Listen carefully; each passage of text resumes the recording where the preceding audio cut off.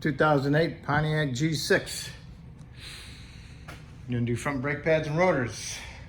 What you need to do is jack it up, support it properly, remove your front tires, use the 19 millimeter for lug nuts, and then you want to remove the caliper bolts. There's two of them.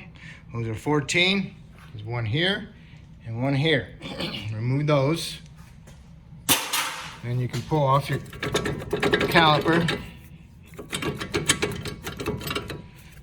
Okay. Look at your boot. Make sure it's not leaking or got some big tears in it. Or tears at all. You don't want none. If you have tears in it, that means it's gonna get the dirt inside there and it's gonna eventually cause it to have a problem sticking or something. Then you want to remove your caliper bracket. That's held on by two 15 millimeter bolts. There's one here and one here. Take them out. And then you can remove your bracket.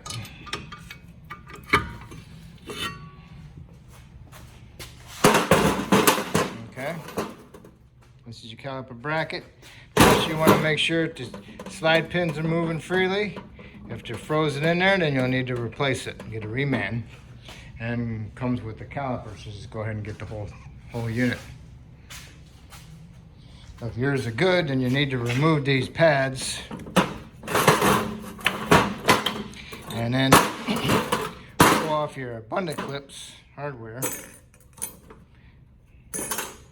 And then you need to clean inside there where they sit. After you get them all cleaned up, then you want to put some paint on them, spray paint them. Okay? Next you want to do is remove your rotor. This one seems like it's loose, but I still have to remove the assembly line retainer clips. Just pull them off. They're going to break anyway, so they're no good. If your rotor's frozen on there, then you need to spray down some penetrant and then smack it with a hammer, mini sledge. The vibration hitting the rotor breaks it loose from the rust, and then you can pull the rotor off. Okay, the rotor is off. This is a flat hub. Get some rust in there. What you need to do, you need to clean this rust off of there. Get it nice and smooth, get it shiny. Try not to remove any metal, but get it nice and cleaned up because you want nice, a true surface. Because you have a true surface, that means the rotor is going to spin nicely. If it's got high or low spot, it's going to sit on there like that. It's going to wobble, and you're going to push your piston in and out of your caliper, causing a vibration through your brake pedal or even through your steering wheel. So that needs to be clean. If you're going to reuse your old rotor, this surface needs to be cleaned also. Get this rust off up inside there. And then when you reassemble, put some anti-seize inside there to help keep it from rusting in the future. Okay, you want to clean up your hub, get it all nice and shiny, clean. Get a little bit of the anti-seize, rub it all over it.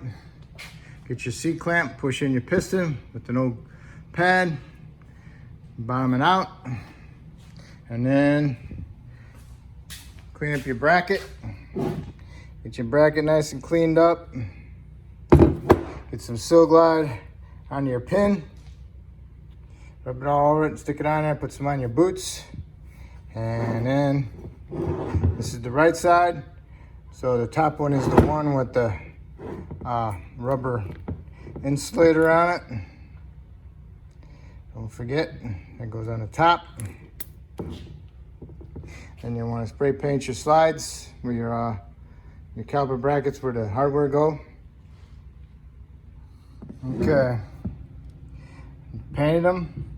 Put my hardware abundant clips into my brackets. And next you got is your rotors. You need to spray them down with some glass cleaner, Windex, degreaser. Do not use brake clean, and wipe off the shipping oil on the inside and the outside of it. Okay, and then you need to put your rotor up there, and you got your anti-seize on there a little bit. I have a spray anti-seize that works pretty decent.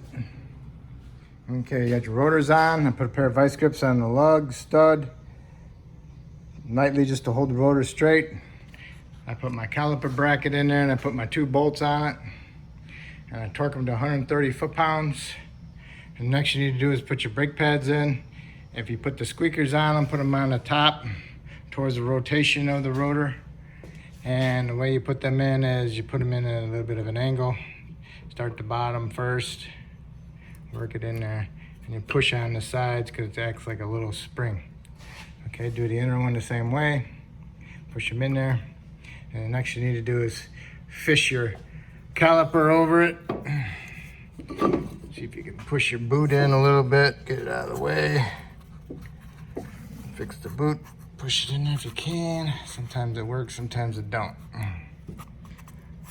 Okay, but anyway, so now you need to put the caliper back down there. Put it on there nice and evenly. Move it around. And the caliper slides got flats on them. Make sure you put them on the flats on the calipers. Otherwise you won't get the bolts in there. These bolts.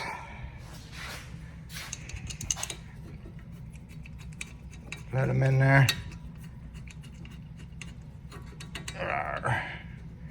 Finger tight, get them in there, and then get them both in there and then snug them up. And then you want to torque them. What I've been reading is they want 60 foot-pounds on, and you're not going to put no 60 foot-pounds on this little stinker. There's no way. So 30 foot-pounds. All right, 25 to 30 on those. All right, and then once you go at those torqued, and your caliper's not twisted, so the line's not all goofy looking, you got it on right. So now you need to do is the other side exactly the same way. Then after you get that done, then you want to put your tires back on and you want to torque them to 90 to 100 foot-pounds. And then you want to go inside the vehicle and you want to pump your brake pedal up. Start it up, pump the brake pedal a couple times, make sure you got a decent firm pedal. And then you want to go underneath the hood. You want to open up the hood, clean off your master cylinder reservoir cap, wipe it off. And then you want to double check your fluid level in the master, top it off. Make sure you look at the cap or the master and make sure you're putting the right fluid in there. It could be .3 or .4.